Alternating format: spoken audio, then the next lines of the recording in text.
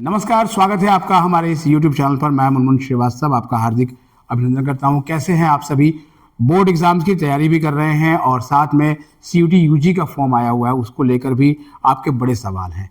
हम मौजूद हैं प्रोफेसर VK पालीवाल के पास, जो कि दिल्ली विश्वविद्यालय के दयाल सिंह कॉलेज के प्राचार्य हैं और जो है वो जितने भी जो CUT से जुड़े मुद्दे हैं उनको लगातार देखते रहे हैं और साथ में जो है वो एक बहुत ही अच्छे एकेडमिशियंस भी हैं। उनसे जानेंगे सर कि इन दिनों जो है वो स्टूडेंट्स क्या करें। डबल डोज है उनके पास, बोर्ड की तैयारी भी कर रहे हैं और CUT का फॉर्म भरने का भी प्रेशर है। स्वागत है हमारे चैनल पर।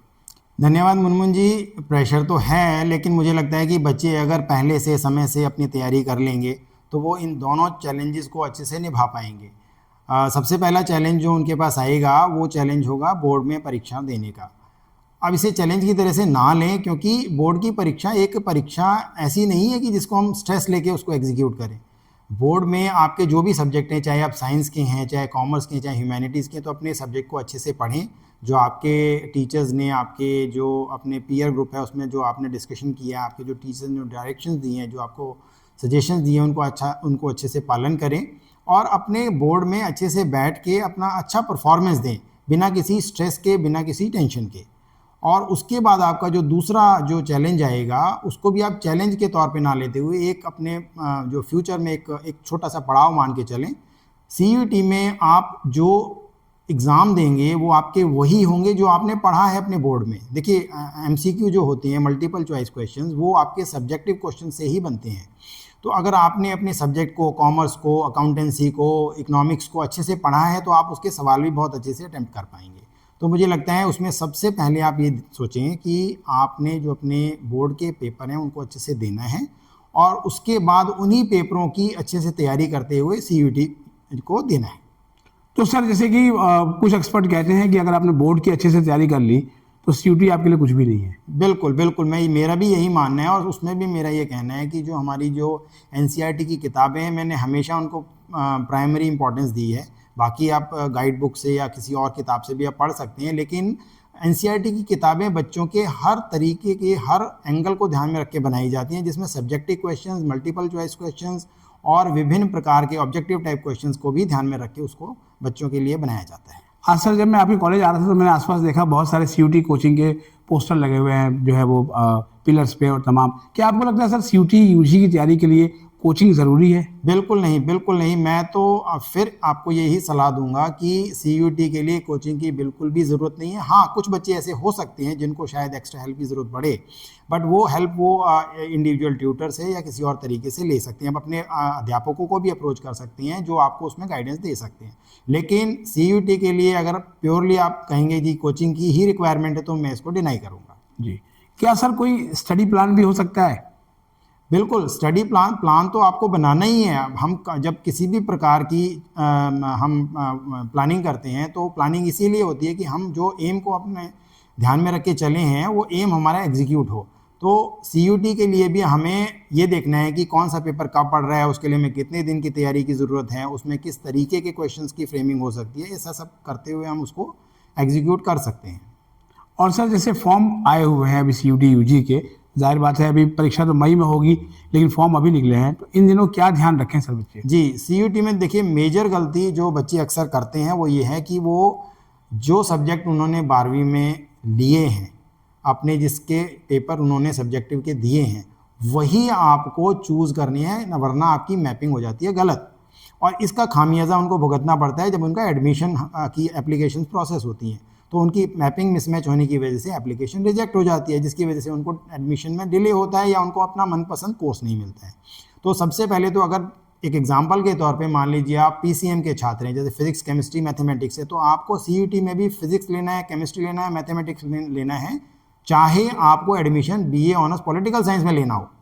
आपका एडमिशन वैलिड होगा CUT के स्कोर पे किसी भी कोर्स में, लेकिन आपको CUT के पेपर जो चूज करने हैं जिसमें आप उसका टेस्ट देंगे वो वही होने चाहिए जो आपने 12th क्लास में पढ़े हों। मतलब फॉर्म भरते समय सर जो है इस बात का बिल्कुल ध्यान रखें। बिल्कुल, मैपिंग की गड़बड़ नहीं करनी है। एक और चीज़ भी है सर, जो है वो फॉर्म जब भरते हैं बच्चे तो कई बार कम सब्जेक्ट भी भर देते हैं। जैसे हम देख रहे हैं कि CUT में 3 सब्जेक्ट के लिए 1000 रुपये फीस लग रही है, तो बच्चे 3 सब्जेक्ट भर के छोड़ देते हैं, तो ड्यू के लिए तो मुश्किल हो जाएगी फिर उनको। बिल्कुल बिल्कुल, आप जितनी मैक्सिमम अपनी चॉइसेस को बढ़ाएंगे उतना अच्छा है। ताकि उससे आपका जो दायरा है डिफरेंट कोर्सेज़ को सेलेक्ट करने का वो बढ़ेगा। तो आप जो भी आपने 5 सब्जेक्ट लिए हैं उसमें अगर आप जनरल टेस्ट भी शामिल करेंगे तो आपका दायरा और बढ़ जाएगा। ऑफ कोर्स आपको तैयारी अपनी प्लानिंग के साथ करनी है, लेकिन उससे आपको बहुत एडवांटेज होने वाली है। एक चीज़ और भी है सर, जैसे पिछले साल से सीयूटी में सारे क्वेश्चंस करने हैं, तो इसका भी कुछ जो है प्रेशर झेल रहे हैं बच्चे।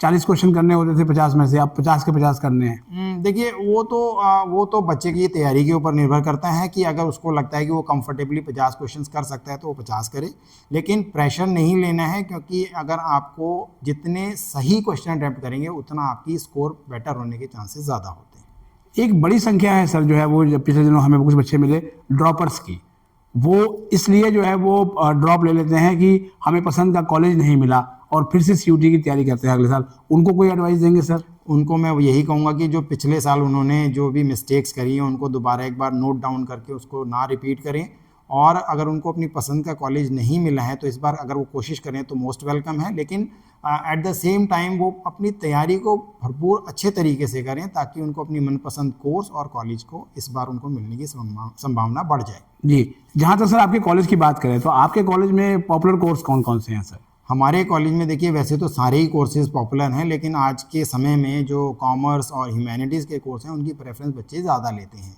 हमारे यहाँ बीए प्रोग्राम के कॉम्बिनेशंस बहुत अच्छे हैं। ऑनर्स में पॉलिटिकल साइंस ऑनर्स है, हिस्ट्री ऑनर्स है, इंग्लिश ऑनर्स है, हिंदी ऑनर्स है, इकोनॉमिक्स ऑनर्स है, बीकॉम प्रोग्राम है। हमारे जो साइंस के कोर्सेज़ हैं, BSc physics honours, chemistry honours, ये सब बहुत पॉपुलर कोर्सेज़ हैं। लाइफ साइंसेज के कोर्स हैं। तो ये बच्चे के इंटरेस्ट के ऊपर डिपेंड करता है कि वो किस कोर्स को ज़्यादा पसंद करता है या उसने 12th में क्या पढ़ा हुआ है। अच्छा, आपका कॉलेज सर जो है वो मेट्रो से बहुत ज़्यादा कनेक्टेड है, जवाहरलाल नेहरू मेट्रो स्टेशन यहीं पर है, लेकिन कुछ हॉस्टल की सुविधा कॉलेज में नहीं है, तो आसपास पीजीज में कहाँ रहते हैं बच्चे सर? आसपास देखिए प्राइवेट पीजीज हैं तो आसपास बहुत सारी लोकेशंस हैं, कोटला है और भी बहुत सारी, निज़ामुद्दीन है, इसमें लोकेशन में बच्चे अपना प्राइवेट जो पीजी हैं उनको अप्रोच करते हैं, तो वहाँ पे उनके रहने की संभावनाएं बनती हैं, लेकिन अब उससे ज़्यादा तो हम उसके बारे में कुछ कह नहीं सकते। लड़कियां भी सर बड़ी संख्या में आपके कॉलेज में एडमिशन ले रही हैं, और एक ज़माना था थोड़ा जीआर सिंह कॉलेज के नाम जो है थोड़ा सा वैसे था, तो ये बदलाव किस रूप में देखते हैं सर आप? ये बदलाव, इसके कई फैक्टर है। एक तो हमारे यहाँ जैसे जैसे हमने अपनी इमेज बिल्डिंग करी by improving our teaching style, by improving our teaching standards, providing better facilities and the access to the college through metro, तो इन सब फैसिलिटीज़ के चलते बच्चों में ये प्रभाव गया कि ये कॉलेज बहुत अच्छा है, और हमारे यहाँ से बहुत अच्छे एल्यूमिनाई निकले हैं। एडमिनिस्ट्रेशन में गए हैं, म्यूज़िक में गए हैं, आर्ट में गए हैं, साइंसेस में गए हैं, एजुकेशन में गए हैं, तो हर फील्ड में हमारे यहाँ से लीडर हमारे यहाँ से बहुत अच्छे बने हैं। तो बच्चों को लगता है कि शायद यहाँ उनकी जो ग्रूमिंग होगी बहुत अच्छी होगी, इस वजह से वो हमारे कॉलेज को बहुत सारे नॉर्थ कैंपस के कॉलेज से भी ज़्यादा प्रेफर करते हैं। तो सर प्लेसमेंट की क्या स्थिति है आपके यहाँ? प्लेसमेंट हमारे यहाँ बहुत अच्छी है। हमारा प्लेसमेंट सब सेल जो है बहुत एक्टिव है और बहुत सारे टॉप कॉलेज से भी ज़्यादा एक्टिव है। हमारे यहाँ जो कंसल्टिंग फर्म है जैसे डेलॉयट हो गई, EY हो गई, PwC है, KPMG, सब फर्म्स आती हैं और यहाँ की जो अच्छे बच्चे हैं उनको अच्छा पैकेज देते हुए लेके जाती हैं। एक सर चलते चलते आज का लास्ट सवाल फिर से आते हैं CUET UG के फॉर्म पे।